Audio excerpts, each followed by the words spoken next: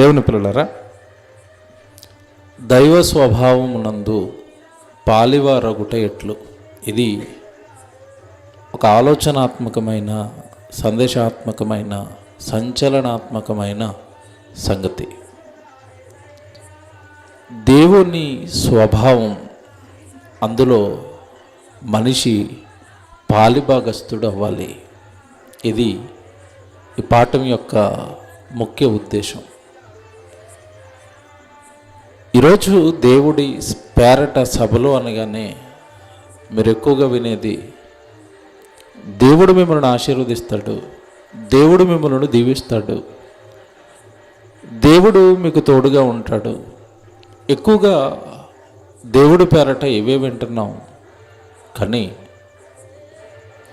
దేవుడు తోడుగా ఉండాలి అంటే, దేవుడు మనిషికి సహాయం చేయాలి అంటే, దేవుడు దీవించాలి అంటే, మనిషి తన స్వభావాన్ని విడిచిపెట్టి దైవ స్వభావిగా మారాలి అని చెప్పేవారు చాలా తక్కువ ఉన్నారు. ఈరోజు మనిషి దేవుని వలన పుట్టింపబడ్డాడు. ఒక 60-70 సంవత్సరాలు దేవుడి కొరకు బ్రతకటానికి భూమి మీదకి వచ్చాడు.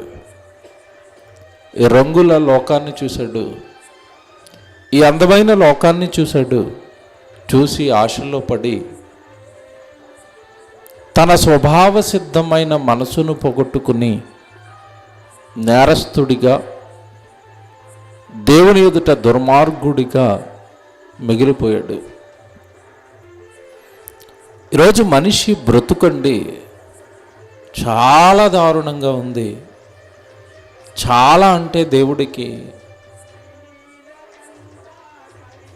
ఒక రకంగా చెప్పాలి అంటే, పుట్టించిన పరలోకపు తండ్రి కంట కన్నీరు పెట్టించేంత దౌర్భాగ్యమైన స్థితిలోనికి మనిషి జీవితం ఈరోజు పడిపోయింది. ఈరోజు మనిషి బాగు లేదా ఎదుగుదల అంటే ఏమనుకుంటున్నాడు అంటే, నైతిక విలువలు విడిచిపెట్టాడు, ప్రేమలు విడిచిపెట్టాడు, ఆప్యాయతలు విడిచిపెట్టాడు. అన్నీ విడిచిపెట్టి కేవలం ఎదుగుదల అంటే ఏమనుకుంటున్నాడు అంటే, డబ్బు, బంగారం, కార్లు, బిల్డింగులు, పొలాలు, ఇదే జీవితం అనుకుని దేవుడు స్వభావ సిద్ధంగా తనలో పెట్టిన మంచి సుగుణాలు లేదా మంచి స్వభావాన్ని మనిషి పోగొట్టుకున్నాడు. ఈరోజు మానవ జీవితాలు మనం చూస్తున్నప్పుడు అండి, బైబిల్లో పదే పదే దేవుడు భూమి మీద ఉన్న మనుషులను ఏమని పిలుచుకున్నాడు అంటే, నా పిల్లలారా అంటాడు. కీర్తనల గ్రంథం 29వ కీర్తన 1వ వచనంలో మానవ జాతిని దేవుడు ఏమని పిలుస్తున్నాడో ఒక్కసారి మీరు జాగ్రత్తగా చూడండి. కీర్తనల గ్రంథం 29వ అధ్యాయము 1వ వచనంలో మానవ జాతిని దేవుడు ఏమని పిలుస్తున్నాడు అంటే, దైవపుత్రులారా. ఏమని పిలిచాడండి? దైవపుత్రులారా. అంటే మనిషి ఎవరి పుత్రుడు? ఎవరి పుత్రుడు? దేవుని పుత్రుడు. మనిషి దేవుని పుత్రుడైనప్పుడు మనిషిని చూడగానే ఎవరి జ్ఞాపకం రావాలి? ఎవరి జ్ఞాపకం రావాలి? దేవుడు జ్ఞాపకం రావాలి. కానీ మనిషిని చూస్తే ఎవరి జ్ఞాపకం వస్తున్నారు? పాత సినిమాల్లో ఒక ఆవిడ ఉండేదండి, సినిమాల్లో సూర్యకాంతం, తెలుసు కదా మీకు ఆవిడ? ఆవిడని చూడగానే ఆవిడకి బ్రాండ్ ఏంటి చెప్పండి? ఆవిడ సినిమాలో కనపడగానే ఎవరి జ్ఞాపకం వచ్చేవారు? గయ్యాలి, గయ్యాలి అత్త. అవునా? నిజానికి ఆవిడ మంచి ఆవిడే, కానీ సినిమాల్లో అలా నటించేది. అంటే ఆవిడని చూడగానే గయ్యాలి. ఈరోజు మిమ్మల్ని అడుగుతున్నాను, ఏ మనిషినైనా చూస్తుంటే దేవుడండి అంటారా? అంటారా? మనిషి స్వభావం దైవ స్వభావంతో పుట్టాడు భూమి మీద. పుట్టిన పసిబిడ్డలో ఏ స్వభావం ఉంటుంది మీరు చెప్పండి? చిన్నపిల్లలు ఎవరితో సమానం అంట? నిజమేనా? నిజమే. ఎందుకంటే ఎవరు చేతులు ఇచ్చినా వాడు బోసిన ఒకటే. ఆడు కాస్త 20 సంవత్సరాలు అయిన తర్వాత, చిన్నప్పుడు ఇలాగ అనగానే నవ్వాడు కదా, 20 సంవత్సరాలు అయిన తర్వాత ఆడి దగ్గరికి వెళ్ళండి, మూతి పక్కకెట్టుకుని వెళ్ళిపోతూ ఉంటాడు. అంటే స్వభావం ఏమైంది? మారిపోయింది. మనిషి దేవుడిచ్చిన దైవ స్వభావాన్ని పోగొట్టుకున్నాడు, పోయింది. మనిషిలో దేవుడి స్వభావం లేదు. మనిషిని చూడగానే, మనిషి దైవపుత్రుడైతే ఈ పుత్రుని చూడగానే దేవుడు జ్ఞాపకం రావాలి. దేవుడు జ్ఞాపకం వచ్చేంత గొప్పగా మానవ బ్రతుకులు ఉన్నాయా ఈరోజు భూమి మీద అంటే లేవండి. మీకు మాట్లాడుతాను, జాగ్రత్తగా వినండి. ఉదయకాలంలో మేము ఇక్కడ చెట్ల కింద కూర్చుంటానండి. ఒక పిల్ల కనపడింది. ఏం పిల్ల? మీకు కూడా వచ్చినప్పుడు మీటింగ్లో కనబడి ఉంటాయి. అక్కడ 4 పిల్లలు తిరుగుతున్నాయి. ఏం పిల్లలు చెప్పండి? అవి ఏం పిల్లలు? మీరు చెప్తున్నారేమో, నాకు వినపట్టలేదు. ఏం పిల్లలు? ఒకసారి గట్టిగానండి, నిద్రపోయిద్ది నిద్ర ఏమన్నా ఉంటే. ఏం పిల్లలు? కుక్క పిల్లలా? అంటే పిల్లని చూసి దాని తల్లి ఎవరో చెప్పేస్తారా? ఏం పిల్ల అంట? బాగా వినాలి. ఏం పిల్ల? కుక్క పిల్ల. కుక్క పిల్ల పెద్దదై ఏమవుతుంది? కుక్క అవుతుంది. కోడి పిల్లని చూడగానే దాని తల్లి పేరు చెప్పేస్తాం. ఎవరి పిల్ల? కోడి పిల్లండి. పెద్దది ఏమైపోద్ది? కోడైపోద్ది. కీర్తన 29:1 చూడగానే ఎవరి పిల్లడు అంటారా? పోనీ నేనేమైనా దైవ స్వభావాన్ని పోగొట్టుకున్నానా అన్న ఆలోచన అయిన మనిషిలో ఉందా? కాకి పిల్ల పెద్దదైతే కాకైపోవాలి, కోడి పిల్ల పెద్దదైతే కోడైపోవాలి, కుక్క పిల్ల పెద్దదైతే కుక్కైపోవాలి, ఆవు పిల్ల పెద్దదైతే ఆవైపోవాలి, మేక పిల్ల పెద్దదైతే మేకైపోవాలి. మనిషి తన స్వభావంలో పెద్దవాడై దేవుడైపోవాలి. ఎలాగండి? ఎలా? అదే ఈరోజు మన అంశం, అదే ఈరోజు మన పాఠం. ఎలా దేవుడి స్వభావాన్ని మనిషి సంపాదించాలి? పోనీ ఎందుకండి నేను దేవుడి స్వభావాన్ని సంపాదించాలి అంటే, దేవుడు ఒక కండిషన్ పెట్టాడు బైబిల్లో. నేను పరిశుద్ధుడనై ఉన్న ప్రకారము మీరును. ఏమైనా ఆఫర్ ఇచ్చాడా? పర్లేదు, కొంచెం అటు ఇటు అయినా అడ్జస్ట్మెంట్ చేసుకుంటాను అన్నాడా? నో. నేను పరిశుద్ధుడను కనుక మీరు కూడా పరిశుద్ధులు అవ్వాల్సిందే. మీరు సమస్త ప్రవర్తనలోనే పరిశుద్ధులై ఉండండి అంటాడు పేతురు గారు రాసిన పత్రికలో. అంటే ఆ పరిశుద్ధత మీ సమస్త ప్రవర్తనలోనూ రావాలి. దేవుడు కోరుకుంటున్న ఆ పరిశుద్ధత మీ సమస్త ప్రవర్తనలో రావాలి. మీ మాటలో పరిశుద్ధత, మీ చూపులో పరిశుద్ధత, మీ చేష్టల్లో పరిశుద్ధత, మీ జీవితంలో పరిశుద్ధత, మీరు తీసుకుంటున్న నిర్ణయాలలో పరిశుద్ధత. దేవుని పిల్లలారా, మనిషి ఎంత దారుణంగా దిగజారిపోయాడో, మనిషి తన స్వభావంతో ఏం చేస్తున్నాడో బైబిల్లో ఒక మాట రాశాడు. ఒకసారి మాట చూడండి, సామెతల గ్రంథం. మీరు జాగ్రత్త. కుటిలమైన మాటల, కుట్రతో కూడిన మాటల, కుటిలమైన మాటల, కుట్రతో కూడిన మాటల. అంటే మనిషి దగ్గర బాగు చేసే మాటలు ఏమీ లేవా? మనిషి నోట మంచి మాట ఈరోజు రావటం లేదా? రాదు. ఎంత బాగా మాట్లాడుతున్నాడు చూడండి దేవుడు. మనిషి తన స్వభావాన్ని ఎలా మార్చుకున్నాడో, దైవపుత్రుడు దేవుని కుమారుడుగా ఈ లోకానికి వచ్చిన మనిషి తన స్వభావాన్ని ఎలా మార్చేసుకున్నాడో చెప్తున్నాడు. కుటిలమైన మాటలు పలుకువాడు పలికిమాలిన వాడును దుష్టుడునై ఉన్నాడు. అంటే దైవ స్వభావాన్ని పోగొట్టుకొని ఏ స్వభావంలోకి వెళ్ళిపోయాడు ఇప్పుడు? దుష్టుడు. ఎవరు దుష్టుడు? అపవాది, సాతాను. వాడి స్వభావం ఏంటి చెప్పండి? దురాశ. అంతేనా? అపవాది స్వభావాలు ఏంటి? దురాశ, అబద్ధానికి జనకుడు, నరహత్యకు మూలపురుషుడు. అంటే హత్యలు, అబద్ధాలు, దొంగతనాలు, ఆశలు, కుట్రలు, మోసాలు, వీటన్నిటికీ మూలకర్త ఎవరంటే దుష్టుడైతే, దైవ స్వభావంతో పుట్టిన మనిషి ఆ స్వభావాన్ని పోగొట్టుకుని తన కుటిలమైన మాటలతో, ప్రవర్తనతో ఎలా మారిపోయాడు అంటే దుష్టుడుగా మారిపోయాడంట. చెప్తున్నాడు, ఎంత బాగుంది చూడన్నమాట. కుటిలమైన మాటలు పలుకువాడు పనికి మాలిన వాడును దుష్టుడునై ఉన్నాడు. వాడు కన్ను గీటుచు, కాళ్ళతో సైగ చేయును, వేళ్లతో గుర్తులు చూపును. అబ్బా, ఏం చేస్తాడంటే మనిషి? కన్ను గీటుతాడా? అంటే వీడు చెప్పాలనుకున్నది నోటుతో సగం చెప్తాడు, సగం దేంతో చెప్తాడు? కన్ను కొట్టటమా? స్త్రీ పురుషులు ఇద్దరు ఏం చేస్తారు చెప్పండి? యవనస్తులు ఒకరికొకరు ఏం చేస్తున్నారు? కన్ను కొట్టుకుంటున్నారు, వాళ్ళ శరీర ఆశలు తీర్చుకోవడానికి. అదొక సిగ్నల్ పంపిస్తున్నాడు.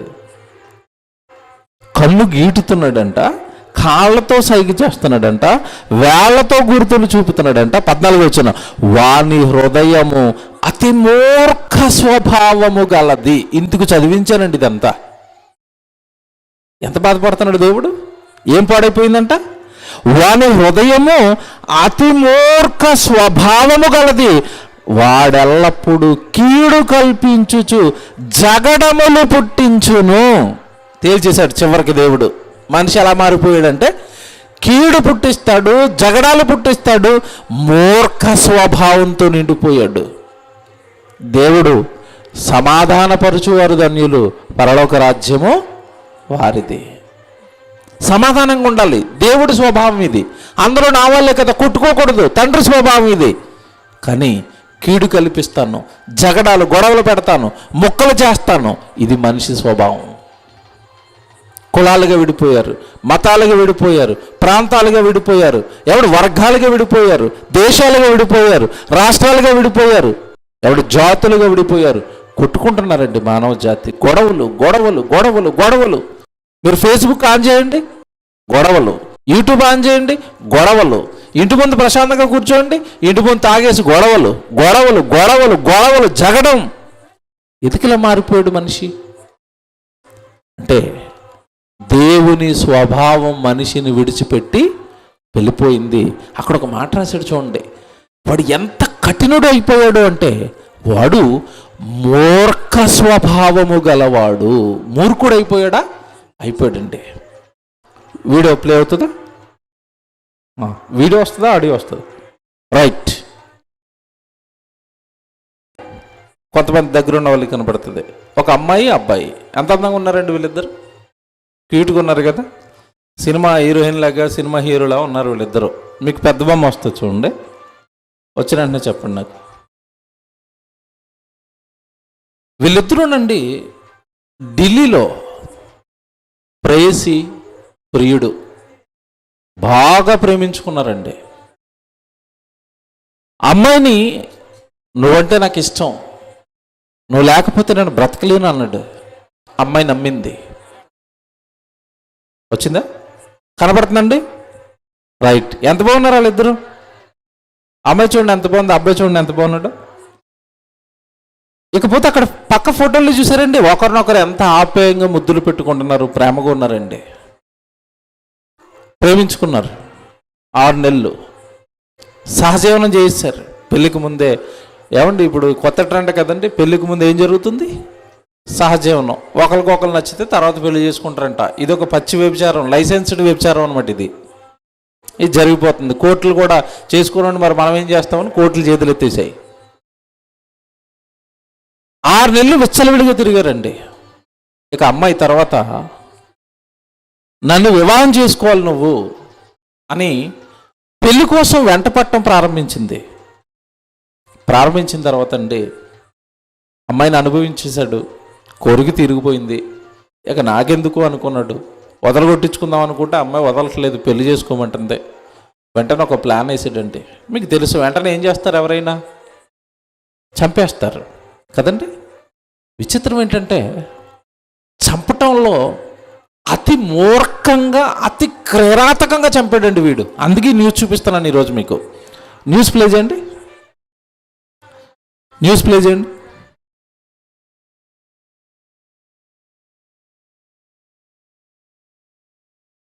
సౌండ్ ఇవ్వండి.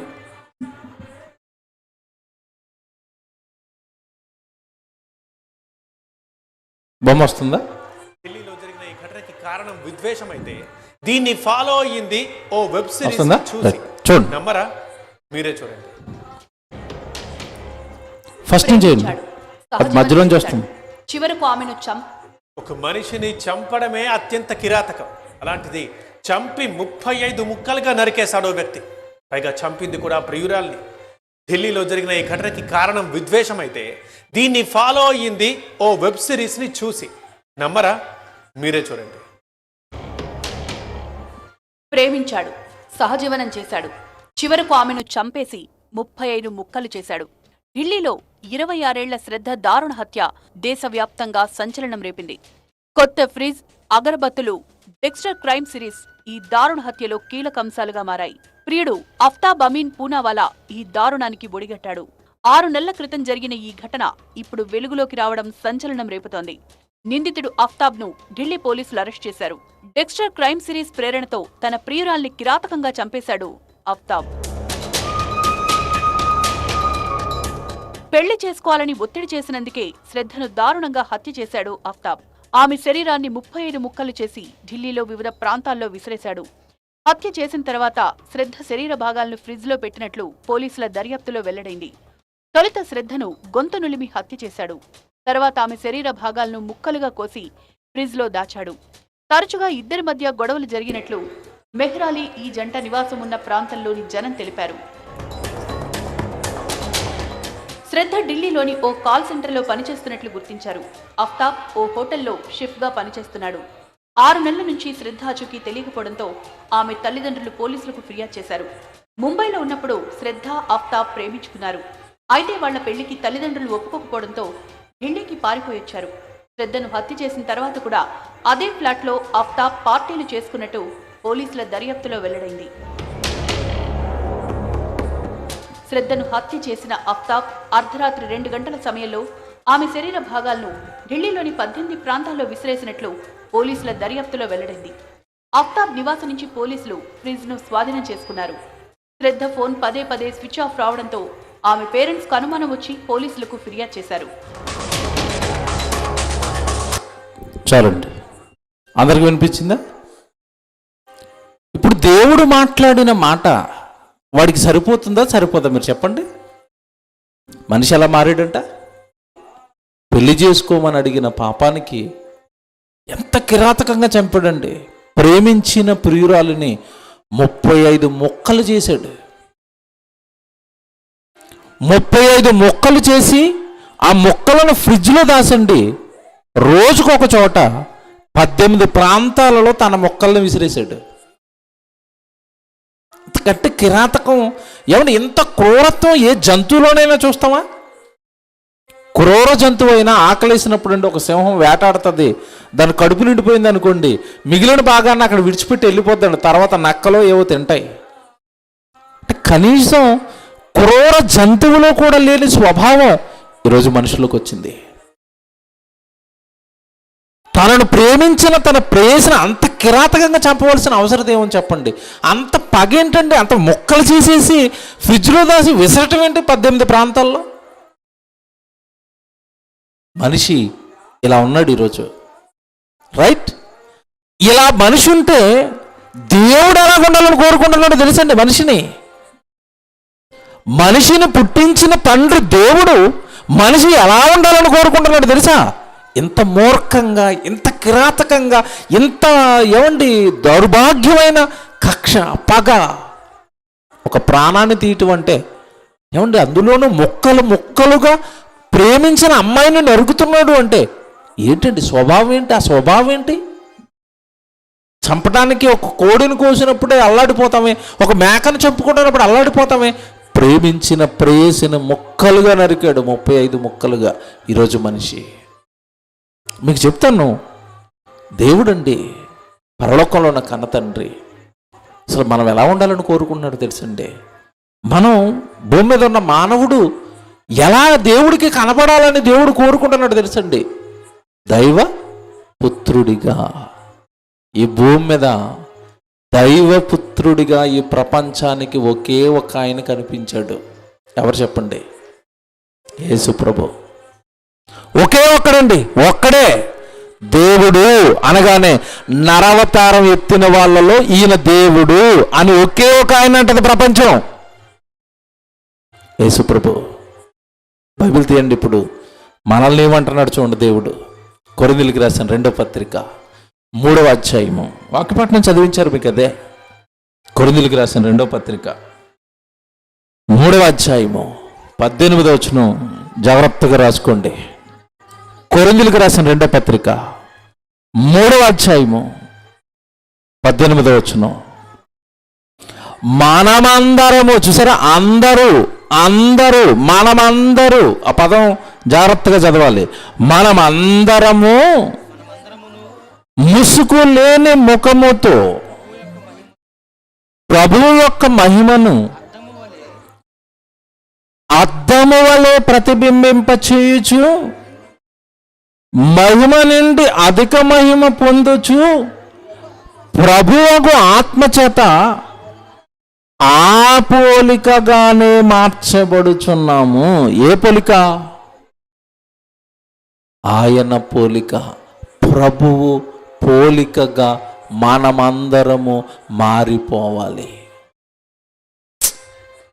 అంటే భూమి మీద ఉన్న మనుషులంతా దైవపుత్రులుగా కనబడాలి దేవుడికి అంటే బెస్ట్ ఎగ్జాంపుల్ భూమి మీద ఒక ఆయన్ని పెట్టాడు. ఆయనే యేసుక్రీస్తుల వారు. ఆయన్ని చూడండి, ఆయన పోలికగా మీరు మారిపోండి చాలు.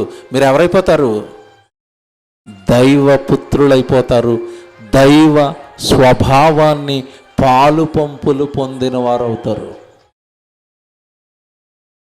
దైవ స్వభావములో పాలివారగుట ఎట్లు అంటే ఎలాగవ్వాలండి మేము దేవుడి స్వభావంలోనికి పాలు భాగస్తులు అంటే యేసు ప్రభును చూడండి, ఆయనలా మీరు మారిపోండి.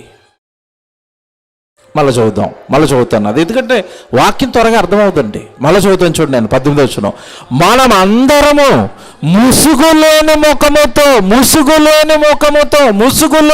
ముఖముతో ముఖానికి ముసుగెందుకు వేస్తారు చెప్పండి? మొహానికి ముసుగెందుకు వేస్తారు? ఎవరో తెలియకుండా ఉండడానికి, అంతేనా? వ్యభిచారంలో ఎవరైనా ఒక హీరోయిన్ దొరికేసింది అనుకోండి, పోలీసు వాళ్ళు మీడియా ముందుకు పట్టుకొచ్చేటప్పుడు ఎలా పట్టుకొస్తారు? ఎందుకు వేశారు చెప్పండి? మొహం కనపడకూడదు. కనపడితే ఈ సమాజం మంచిది కాదు కదా. ఈ వ్యభిచారి అని ఆమె ఫోటోలు అన్నీ వేసి తిప్పుతాడు ఇడేదో మంచోళ్ళగా, అంతేనా? మనిషి అలాంటి అంటే మంచోడు కాదు. ఎవరు దొరుకుతాడా అని చూస్తాడు, వాళ్ళ మీద రాళ్ళు వేయడానికి ట్రై చేస్తాడు అంతే. వీడి స్వభావాన్ని మార్చుకోవడానికి మాత్రం.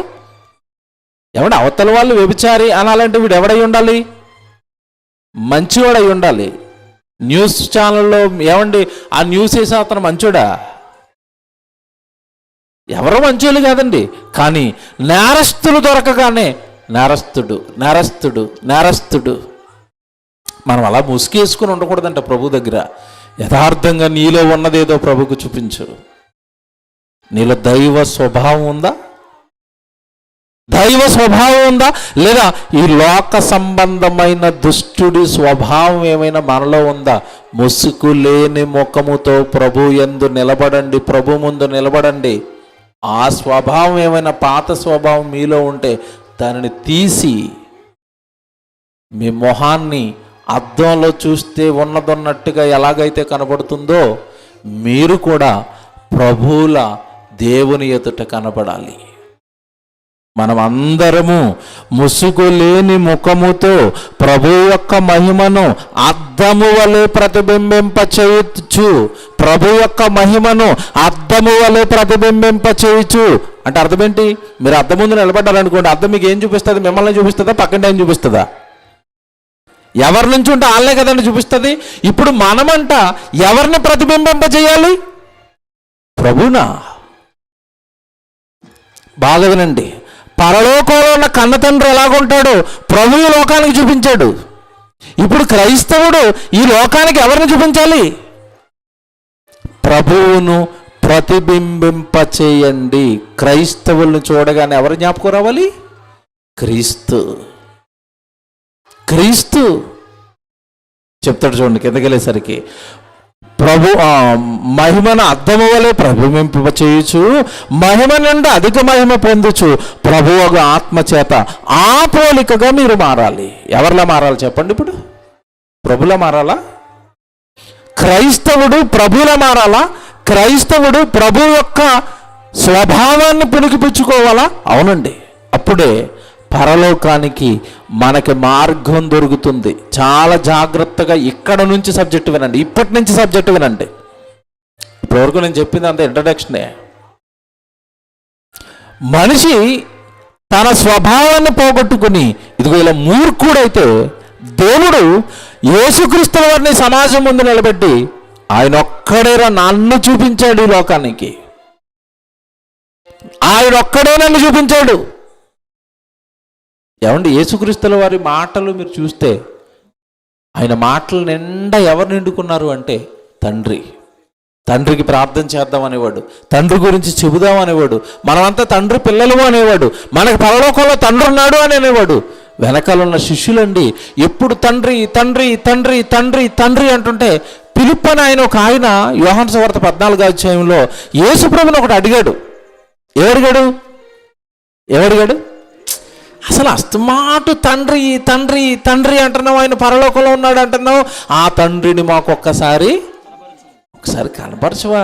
స్వస్థతలు చేసావు, అద్భుతాలు చేసావు, ఏమన్నా నిజంగా నువ్వు చేసిన సముద్రం గాలి అన్నీ నీకు లోబడుతున్నాయి, చెట్టు ఎండిపోమంటే ఎండిపోతుంది, ఎవరు చచ్చిపోయిన వాళ్ళని కూడా లేపేస్తున్నావు. ప్రభు ఒకటి అడుగుతావు, నిన్ను మాకెవరిని చూపించాలి? దేవుణ్ణి చూపించవా? తండ్రిని చూపించవా? అంటే మీరు ఇప్పుడు తండ్రిని చూస్తారా? రండి ఇలా నిలబడండి, ఆకాశాన్ని ఓపెన్ చేస్తున్నాను అన్నాడా?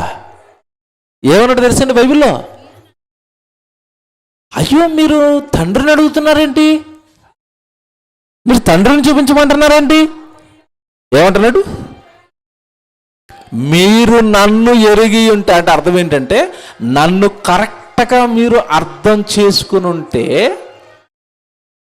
నా తండ్రి మీకు ఆల్రెడీ ఎప్పటికే కనబడేవాడు.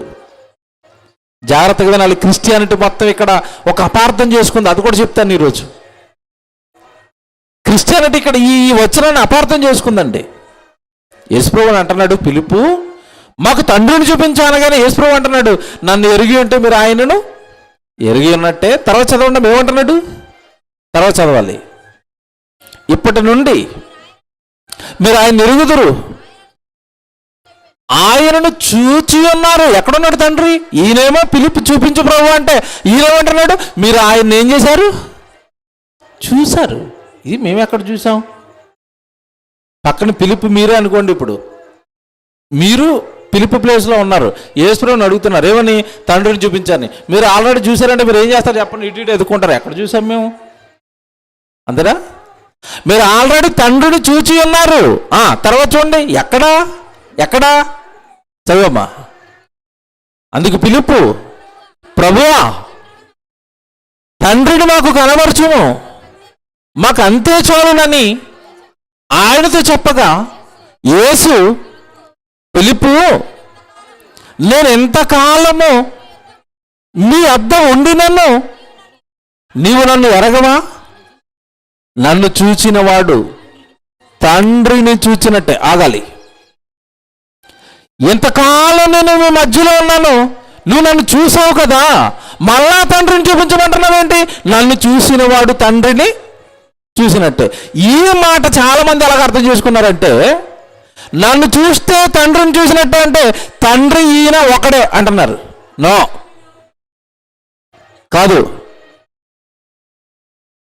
కాదండి. నన్ను చూస్తే తండ్రిని చూసినట్టే అంటే అర్థం ఏంటంటే తండ్రి చేసినవే నేను చేశాను. తండ్రి ఎలా మాట్లాడతాడో నేను అలాగే మాట్లాడాను. తండ్రి ఎలా ప్రేమిస్తాడో నేను అలాగే ప్రేమించాను. తండ్రి ఎలా జాలి పడతాడో నేను అలాగే జాలి పడ్డాను. నేను చేస్తున్నవి కానీ నేను మాట్లాడుతున్నవి కానీ అన్నీ నా తండ్రి నాకు నేర్పినవే. నన్ను చూస్తే తండ్రిని చూసినట్టే. మీకు ఒక ఉదాహరణ చెప్తాను. వైఎస్ గారు బ్రతుకున్న కాలంలో, వైఎస్ రాజశేఖర రెడ్డి గారు బ్రతుకున్న కాలంలో 108 స్టార్ట్ చేశారు. మీకు తెలుసు కదండి. 108 ఆయనే తెచ్చాడు సర్వీస్ని. తెచ్చినప్పుడు ఆయన ఒక సభల్లో ఒక డైలాగ్ అనేవాడు, చెయ్యిలా కొట్టి పైకి లేపి, మీరు ఫోన్ చేయగానే కొయ్యి కొయ్యి కొయ్యి అంటూ వస్తుంది అనేవాడు. ఏంటది? 108. ఆ డైలాగ్ ఫేమస్ అయిపోయింది. ఆయన చనిపోయాడండి ప్రమాదంలో, మీకు తెలుసు కదా. ప్రమాదంలో చనిపోయిన తర్వాత ఆయన కొడుకు వచ్చాడు. ఎవరు? వైఎస్ జగన్ గారు. ఈయనేమంటున్నాడు ఇలా చేయి చాపి, ఇదిగో మా నాన్నగారు స్టార్ట్ చేసిన 108 కొయ్యి కొయ్యి మనకన్నా. ఎవరు జ్ఞాపకొచ్చారు? అందరికీ ఎవరు జ్ఞాపకొచ్చారు? వాళ్ళ నాన్నేనండి. వాళ్ళ నాన్నలాగే మాట్లాడుతున్నాడండి. అంటే ఎవరిని చూపించాడు మాటతో? తండ్రిని చూపించాడు.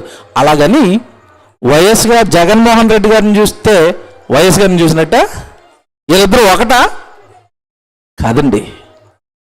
ప్రతిబింబింపచేశాడు. జాగ్రత్తగా వినండి, మీరు ఎంత చదువుకున్న మాట అదే. 2 కొరింథీ 3:18 అదే. తండ్రిని ఈ లోకానికి ప్రతిబింబింపచేశాడు, అద్దంలా చూపించాడు. తండ్రి ఇలాగే ఉంటాడు, ఇలాగే మాట్లాడతాడు, ఇలాగే ప్రేమిస్తాడు, ఇలాగే ఆదరిస్తాడు, ఇలాగే హక్కును చేర్చుకుంటాడు, ఇలాగే బాగు చేస్తాడు, ఇలాగే మాట్లాడతాడు. నన్ను చూస్తే తండ్రిని చూసినట్టే అంటే అర్థం ఏంటంటే తండ్రిని నేను ప్రతిబింబింప చేస్తున్నాను. మీరు ఎలాగండి అలా చెప్తారంటారా? నేను చెప్పను, వాక్యం చెప్తుంది. ఇప్పుడు వరకు చదివారు కదా, ఇప్పుడు జాగ్రత్తగా కిందకి చదవండి. బైబిల్ చూడండి అందరూ. ఆయన ఈయన ఒకడని చాలా మంది పొరపడ్డారు ఈ సందర్భాన్ని బట్టి. కాదు, ఇప్పుడు చూడాలి బైబిల్ జాగ్రత్తగా. అక్కడే నెక్స్ట్ వచనం చదువుతున్నారు. వచనం చెప్పండి అమ్మా. 10వ వచనం యోహాను సువార్త 14వ అధ్యాయము 10వ వచనం చదువుతున్నారు. జాగ్రత్తగా బైబిల్ చూసుకోండి. తండ్రి యందు నేనును నా యందు తండ్రియు ఉన్నాను. మేమిద్దరం ఒకడు కాదు. నా యందు తండ్రి యందు నేనును ఉన్నామని నీవు నమ్ముటలేదా? నేను మీతో చెప్పుచున్న మాటలు నా అంతట నేను చెప్పుటలేదు. తండ్రి నా యందు నివసించు తన క్రియలు చేయుచున్నాడు. చూసారా? తండ్రి నా యందు నిలుచుండి తన క్రియలు చేయుచున్నాడు. నెక్స్ట్, తండ్రి యందు నేనును నా యందు తండ్రి ఉన్నాడని నమ్ముడి, లేదా ఈ క్రియల నిమిత్తమైన నమ్ముడి. నేను తండ్రి వద్దకు, 12వ వచనం చూడండి, నేను తండ్రి వద్దకు వెళుచున్నాను. ఇదంతా చెప్పేమన్నాడు చివరిలో? నేను ఎక్కడికి వెళ్ళిపోతానంటున్నాడు. తండ్రి ఎక్కడున్నాడు ఇంతకీ? చూసారా? నా యందు తండ్రి యందు నేను అంటే అర్థం ఏంటంటే మేమిద్దరం ఒకటే. జగన్ గారిని చూస్తే వైఎస్ గారు కనపడ్డారు. ఇదిగో ఈరోజు నా మాటలతో కానీ నా క్రియలతో కానీ పరలోకంలో ఉన్న కన్న తండ్రిని చూపిస్తున్నాను. ఇదిగో ఇప్పుడు నేను ఎక్కడికి వెళ్ళిపోతున్నాను? నా తండ్రి దగ్గరికి వెళ్ళిపోతున్నాను. ఇద్దరు ఒకటే అయితే నా తండ్రి దగ్గరికి వెళ్తానని ఎందుకంటాడు మళ్ళీ కింద? అర్థమవ్వాలి బాగా. కనుక దేవుని పిల్లలారా, పరలోకంలో ఉన్న కన్న తండ్రిని ఈ లోకానికి ప్రతిబింబింపజేశాడు తన స్వభావంతో యేసుక్రీస్తుల వారు. ఈరోజు క్రైస్తవుడు ప్రభువును ప్రతిబింబింప చేయాలి. తన జీవితంతో, తన మాటతో, తన బ్రతుకుతో ప్రభువుని లోకానికి చూపించాలి. కానీ నిజాలు మాట్లాడుకుందాం. ఈరోజు క్రైస్తవ్యాన్ని చూస్తే క్రీస్తు జ్ఞాపకం వస్తున్నాడా? పైపెచ్చి ఒక డైలాగ్ అంటున్నారండి, క్రీస్తు మంచోడేనండి, కానీ క్రైస్తవులు మాత్రం మంచోళ్ళు. ఎవరు తెచ్చారు ఈ పేరు ఆయనకి? ఎవరు తెచ్చారు? క్రైస్తవులే. దేవుని పిల్లలారా, మీరు ఈ రాత్రి నేను చెప్పే ఒక మాట మనసారా ఆలకించండి. భూమి మీద మనలాంటి శరీరాన్ని ధరించిన యేసుక్రీస్తుల వారే, మనలాంటి శరీరమే, మనలాంటి ఆకలే, మనలాంటి పాపపు శరీర ఆకారంతోనే ఆయన భూమి మీద పుట్టాడు. ఆయన దేహం స్పెషల్ దేహం ఏం కాదు, మనలాంటి దేహమే, మనలాంటి రక్త మాంసాలే. కానీ ఆ రక్త మాంసాలు కలిగిన ఆ దేహంతో దైవాన్ని ఈ లోకానికి ప్రతిబింబింప చేశాడు తన దేహంతో. కానీ ఈరోజు మనిషి అదే దేహంతో పాపాలను, నేరాలను, ఘోరాలను ఈ లోకానికి ప్రతిబింబింప చేస్తున్నాడు, చూపిస్తున్నాడు. మనుషుల నేరాలు చేయొచ్చని చూపిస్తున్నాడు, మనుషుల పాపాలు చేయొచ్చని నేర్పిస్తున్నాడు. ఆయన మాత్రం తన దేహంతో దేవుడిగా మానవ దేహంతో బ్రతకొచ్చని చూపించాడు. ఇప్పుడు చెప్తాను, ఎలాగండి మనం అలా మారిపోవాలంటే ఎలా మారిపోవాలండి? ఎలాగండి నేను దైవ స్వభావంలో నేను ఎలా మారిపోవాలండి అంటే కొన్ని రూట్లు మనకిచ్చాడు. నాయనే మీరు పాటించండి చాలు, మీరు దేవుని స్వభావంలో పాలి భాగస్థులైపోతారని చెప్పాడు. చూపిస్తాను ఇప్పుడు అవి మీకు. పేతురు గారు రాసిన, జాగ్రత్తగా ఇక్కడి నుంచి పాఠం వినండి.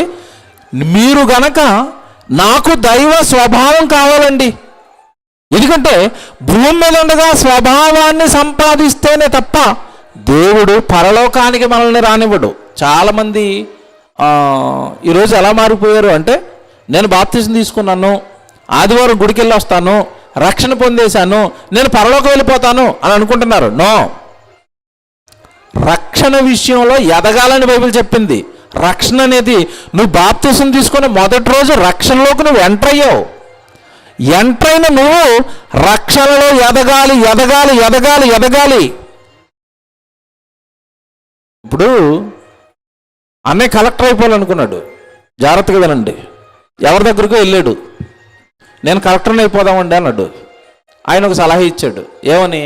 కలెక్టర్ అవ్వాలంటే చదువుకోవాలని ఆయన అన్నాడు. ఈయనకేం చెప్పాడు? ఇప్పుడు కలెక్టర్ అవ్వాలంటే నువ్వేం చేయాలి? చదువుకోవాలి. వెంటనే చదువుకోమన్నారు కనుక నేను వెళ్ళిపోతానని పలకట్టుకుని 1వ తరగతికి వెళ్ళిపోయాడు. 1వ తరగతి పాస్ అయిపోయాడు.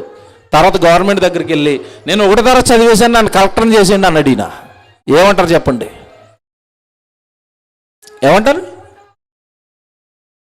మరి బుద్ధి ఏమైనా పనిచేస్తుందా? 1వ తరగతి చదివిన వాడిని ఏం చేయము? కలెక్టర్ని చేయము. 2వ తరగతి చదివిన కలెక్టర్ని చేయము. అది చాలా పెద్ద చదువురా. 1 by 1 1 by 1 1 by 1 1 by 1 1 by 1 1 by 1 నువ్వు వెళ్ళాలి. 10th క్లాస్ అయిపోవాలి, ఇంటర్మీడియట్ అయిపోవాలి, డిగ్రీ అయిపోవాలి. ఇలా నువ్వు చాలా చదువులు చదివితేనే తప్ప ఐఏఎస్ నువ్వు అవ్వలేవు. ఇండియన్ అడ్మినిస్ట్రేటివ్ సర్వీస్ చిన్నదనుకుంటున్నావు అది అంటారు. అంటే భూమి మీద ఒక ఐఏఎస్ కానీ ఐపీఎస్ కానీ అవ్వాలి అంటే చాలా ఎదగాల, చదువులో చాలా చదవాలా. మరి ఇప్పుడు పరలోకం వెళ్ళాలి అంటే టక్కమని ఒకసారి నీటిలో మునిగి ఇలా లేచి ఆదివారం గుడికి వెళ్ళి వస్తే పరలోకం వెళ్ళిపోతారా? ఎవరు చెప్పారు? ఎవరుంచారు ఈ మాయలో? ఒక్కసారి నీటిలో మునిగి ఇలా లేచి బాప్తిజం అయిపోయింది, అప్పుడప్పుడు ఆదివారం గుడికి వెళ్ళొచ్చి, పోయిన ఆదివారం గుడికి వెళ్ళినప్పుడు కూడా ఏం చేస్తాం? మన భక్తి ఏంటి చెప్పండి? ఆదివారం గుడికి వెళ్ళినప్పుడు ఏం ఎత్తుకుంటారు చెప్పండి? అందరూ కూర్చునే కూర్చికి పైన కరెక్ట్గా ఉండాలి, లేకపోతే కూర్చోడు. మళ్ళీ తలస్నానం చేసి ఆదివారం ఒకరోజు ఫ్యాన్ కింద కూర్చుని ఆయన ప్రసంగం చెప్తుంటే 4 గుడ్డు గునుకులేసి ఇంటికి వచ్చేస్తే పరలోకం వెళ్ళిపోతావా? ఎవరు చెప్పారండి బోధ? తప్పండి, ఇది తప్పు. బైబిల్ బట్టి చెప్తున్నాను, బోధ తప్పు. పరలోకం అంత ఈజీ కాదు.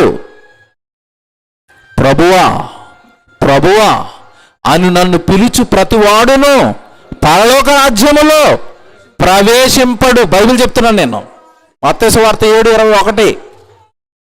ప్రభువా ప్రభువా అని నన్ను పిలుచు ప్రతివాడును పరలోక రాజ్యములో ప్రవేశింపడు, కానీ నా తండ్రి చిత్త ప్రకారము చేయువాడే ప్రవేశిస్తాడు. ఇక్కడ 2 వర్గాలు మీకు కనపడతాయి. అక్కడ ఒకటి పైన పిలిచే వర్గం, కింద 2 చేసే వర్గం.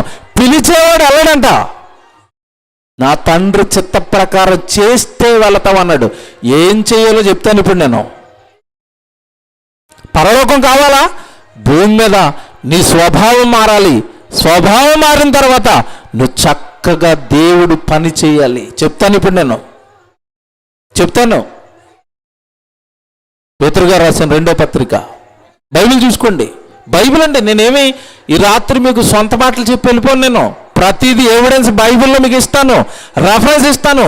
అది అందులో ఉంటే నమ్మండి. నమ్మితే మీరు విన్న అబద్ధాన్ని విడిచిపెట్టండి, సత్యంలోకి రండి, వాక్యంలోకి రండి, నిజంలోకి రండి. పేతురు గారు రాసిన 2వ పత్రిక 1వ అధ్యాయం 4వ వచనం చదువుదాం. పేతురు గారు రాసిన 2వ పత్రిక 1వ అధ్యాయము 4వ వచనం చదువుతున్నారు చూడండి. ఆ మహిమా గుణాతిశయములను బట్టి ఆయన మనకు అమూల్యమును అత్యధికములైన వాగ్దానములను అనుగ్రహించి ఉన్నాడు. దురాశను అనుసరించుట వలన లోకమందున్న భ్రష్టత్వమును ఈ వాగ్దానాల మూలంగా మీరు తప్పించుకొని, ఇది అడలం చేసుకోండి. ఇదిగో మన పాఠం ఇక్కడ ఉందండి. దేవ స్వభావమునందు పాలివారగునట్లు వాటిని మనకు అనుగ్రహించను. అడలం చేసుకోండి. మీకు పరలోకం కావాలా? దేవుడిచ్చిన వాగ్దానం మీరు అనుభవించాలనుకుంటున్నారా? ఏంటో వాగ్దానం? 1 యోహాను 2:15 నిత్య జీవమును అనుగ్రహించునన్నదియే ఆయనే మనకు చేసిన వాగ్దానం అని ఉంటుంది. మళ్ళీ వాగ్దానం అనగానే మీరు అబ్రహాం గారు వాగ్దానానికి వెళ్ళిపోతారేమో అని రెఫరెన్స్ చెప్తున్నాను. మళ్ళీ తలపోటండి బాబు బైబిల్ చెప్పటం, తెలుసా? ఇప్పుడు ఇక్కడ పైన వాగ్దానాలను ఉంది కదా, మీరేమనుకుంటారంటే అబ్రహాం గారికి ఇచ్చిన వాగ్దానాలు ఎప్పుడు ఈయన ఉంటారు. నువ్వు నడిచిపోయే దేశం అంతా నీదే. ఇప్పుడు నేను పాకిస్తాన్ వెళ్ళి నడుస్తాను, నాకు ఇచ్చేస్తాడు దేవుడు. నీ సంతానాన్ని ఇసుకరేవుల్లా చేస్తాను, నాకు ఆల్రెడీ ఫ్యామిలీ ప్లానింగ్ ఆపరేషన్ అయిపోయింది. అవుతుందా? నాకు అవ్వండి. అవి కాదండి మనకి ఇచ్చిన వాగ్దానాలు. క్రైస్తవుడికి ఇచ్చిన వాగ్దానం నిత్య జీవం, 1 యోహాను 2:15. ఇప్పుడు ఈ వాగ్దానం పొందుకోవాలి అంటే నువ్వు భూమి మీద ఉండగానే దేవుడి స్వభావంగా నువ్వు మారాలి. చెప్తున్నాడు చూడండి, ఎంత బాగుందో చివరి మాట. దేవ స్వభావమునందు పాలువారగునట్లు వాటిని మనకు అనుగ్రహించాను. ఏవో మీకు అనుగ్రహించాడంట. వాటిని మీరు పాటిస్తే, వాటిని మీ జీవితాల్లోనికి మీరు తెచ్చుకుంటే మీరు దైవ స్వభావములో పాలిభాగస్తులవుతారు. ఏంటండి చెప్తున్నాడు? లిస్ట్ ఇచ్చాడండి, పెద్ద లిస్ట్. ఇది పెద్ద లిస్టు చెప్తున్నాడు చూడండి. 1, ఆ హేతువు చేత మీ మట్టుకు మీరు పూర్ణ జాగ్రత్త కలిగిన వారై మీ విశ్వాసమునందు సద్గుణమును. చూసారా లిస్ట్? క్రైస్తవుడికి మొదట ఉండవలసింది ఏంటంట? విశ్వాసం. విశ్వాసమునందు సద్గుణము, సద్గుణమునందు జ్ఞానము, జ్ఞానమునందు ఆశానిగ్రహము, ఆశానిగ్రహమునందు సహనమును, సహనమునందు భక్తిని, భక్తి యందు సహోదర ప్రేమను, సహోదర ప్రేమ యందు దయను అమర్చుకోనండి. అబ్బా, భక్తుడు అంటే ఇన్ని అమర్చుకోవాలంట. ఈ అమర్చుకున్నవాడు భక్తుడు అంట. మీరు ఇప్పుడు చెప్పండి, లిస్టులో 8 ఉంటాయి. అక్కడ లిస్టులో ఎన్ని ఉన్నాయి? 8. నేను ఇప్పుడు మిమ్మల్ని అడుగుతున్నాను, టిక్ పెట్టుకోండి. మీరు ఒక్కొక్కటి నేను చెప్తానండి, మీరు మనసులో టిక్ పెట్టుకోండి, పైకి ఎట్టుకోకండి, పక్కలు చూస్తారు. మళ్ళీ వీళ్ళకి ఇది కొదువా అని మళ్ళీ మీద ఏదో చిన్న చూపు వస్తుంది. మీరు మనసులో టిక్ పెట్టుకోండి. మీరు దేవుని యందు విశ్వాసంలో ఉన్నారా? టిక్ పెట్టుకోండి. అందరం కూడా మేము గుడికి వెళ్తున్నాం కనుక మీరు ఎలా ఫీల్ అవుతారంటే, మేము గుడికి వెళ్తున్నాం కనుక ఎవరు మేము ఇప్పుడు? ఎవరమి? విశ్వాసులమే. ఏమన్నా మీకు మాట్లాడుతాను.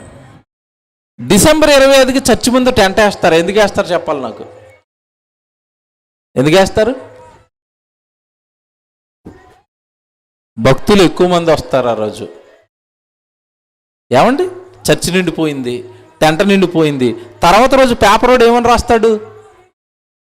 డిసెంబర్ 25న క్రైస్తవ విశ్వాసులు క్రిస్మస్ను ఘనంగా ఆచరించారు అంటాడు. ఈ టెంట్లో కూర్చున్న ఆయన విశ్వాసం మీరు చెప్పాలి ఇప్పుడు నాకు. ఇలాగ అంటున్నారు ఏంటండి? నేను ఎందుకు అంటున్నాను తెలుసా? ఈ టెంట్లో డిసెంబర్ 25న కూర్చున్న ఆయన ఆదివారం ఆరాధనలో కూర్చుంటాడా? మరి కూర్చుంటే ఆదివారం కూడా టెంట్ వేయాలిగా. అంటే సంవత్సరానికి ఒకసారి ఎవరు జ్ఞాపకం వస్తారు? దేవుడు. ఖచ్చితంగా మూడు పండగలకి దేవుడు జ్ఞాపకం వస్తాడండి. ఏంటి? క్రిస్మస్, ఇంకా అడావుడు స్టార్ట్ అవుతుంది ఇంకో 15 రోజులు అనుకుంటాను నేను. తర్వాత జనవరి 1, తర్వాత ఈస్టర్. ఈయన విశ్వాసాన్ని ఇప్పుడు సేవకుల పరిస్థితి ఎలా తయారైపోయిందంటే, ఇప్పుడు ఈయన చచ్చిపోయినా సరే ఇంటి ముందు నిలబెట్టి ఈయన పరలోకం చేరాడని ప్రార్థన చేయాలి. అది ఆయన పరిస్థితి. లేకపోతే ఏమంటే ఆ కుటుంబం అంతా ఏమంటది? ఈయన ఎప్పుడు గుడికి రాలేదండి, 25 వచ్చాడు, నరకం వెళ్ళిపోయాడు అన్నాడు అనుకోండి, పాస్టర్ గారి పరిస్థితి ఏంటి ఇప్పుడు? ఇక వాళ్ళకి భయపడి ఏమంటున్నాడంటే, ఈ ఆత్మ ఎక్కడికి చేరింది? పరలోక పిలుపా? అదేమన్నా ఓపెను ఏమంటే గేట్లు అనుకుంటున్నారు, ఎవరు చచ్చిపోతే వాళ్ళు వెళ్ళిపోవడానికి. విచిత్రం ఏంటంటే, చచ్చిపోయిన వాళ్ళు ప్రతి ఒక్కరు పేరు కింద ఏమని రాసేస్తారు? స్వర్గస్థులు. అందరూ స్వర్గం వెళ్ళిపోతే ఇక పాదాలు ఎందుకు? చూసారా? ఎక్కడో మూఢభక్తిలో మోసధారణలో క్రైస్తవుడు కూడా ఇరుక్కునే, నాకు కాకపోతే ఎవడికి పరలోకం మొండి ధైర్యంతో బ్రతుకుతున్నాడు. బ్రతుకుని మార్చుకోకుండా, స్వభావాన్ని మార్చుకోకుండా. విశ్వాసం ఏంటనుకున్నారు? విశ్వాసం అంటే మనం అనుకున్నది విశ్వాసం కాదు. బైబిల్ చెప్పిన విశ్వాసం నీకుందా? హెబ్రీ పత్రిక 11వ అధ్యాయము 1వ వచనం, ఈ విశ్వాసం ఉండాలి. నువ్వు అనుకున్నది విశ్వాసం అని, నువ్వు నమ్ముకున్న నమ్మకాన్ని బైబిల్కు అటాచ్ చేసి అదే విశ్వాసాన్ని ఆమోడ భక్తులు ఉండకు. దేవుడు చెప్పిన విశ్వాసం, బైబిల్లో దేవుడు రాయించిన విశ్వాసం నీకుందా? ఏంటి విశ్వాసం అంటే? విశ్వాసం అనున్నది నిరీక్షింపబడు వాటి యొక్క నిజస్వరూపమును అదృశ్యమైనవి ఉన్నవనుటకు రుజువు. విశ్వాసం అంటే ఏంటో తెలుసా? అదృశ్యమైనవి ఉన్నవని నమ్మటం విశ్వాసం. అబ్రహాం విశ్వాసులకు తండ్రి ఎందుకు అయ్యాడు? నాకు ఈ పాలు తేళ్లు ప్రవహించే దేశాన్ని ఇచ్చాడు కనుక ఈ నేల కోసం దేవుడిని నమ్ముతాను అన్నాడు. అలా విశ్వాసం అయ్యాడు అబ్రహాము? నో, కొడుకుని బలి అన్నాడు. బలిచ్చే ముందు మనసులో ఒకటి ఆలోచిస్తున్నాడు. ఏంటో తెలుసా? మృతులను సైతము లేపుటకు నా దేవుడు శక్తిమంతుడు. చచ్చిపోయిన వాళ్ళు అప్పటికి తిరిగి లేచిన దాఖలాలు లేకపోయినా, ఇస్సాకైన నా కొడుకును చంపిన దేవుడు తిరిగి లేపుతాడు. అది చూడండి నమ్మాడు. అందుకే అబ్రహాం ఏమయ్యాడు తెలుసా? విశ్వాసి.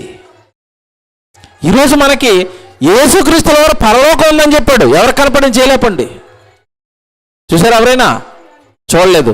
చచ్చిపోయిన తర్వాత పాతాళం ఉందని చెప్పాడు. ఎవరైనా చూసాం? చూడలేదు. వాటి కోసమే నువ్వు నమ్మి ప్రభు కోసం బ్రతికితే నువ్వు విశ్వాసవి.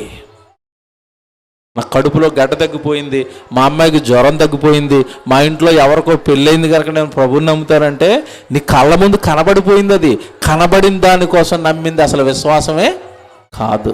విశ్వాసం అనున్నది నిరీక్షింపబడి వాటి యొక్క నిజస్వరూపమును అదృశ్యమైనవి ఉన్నవనుటకు రుజువు. అదృశ్యమైన వాటి కోసం నమ్ముతున్నావా ప్రభుని?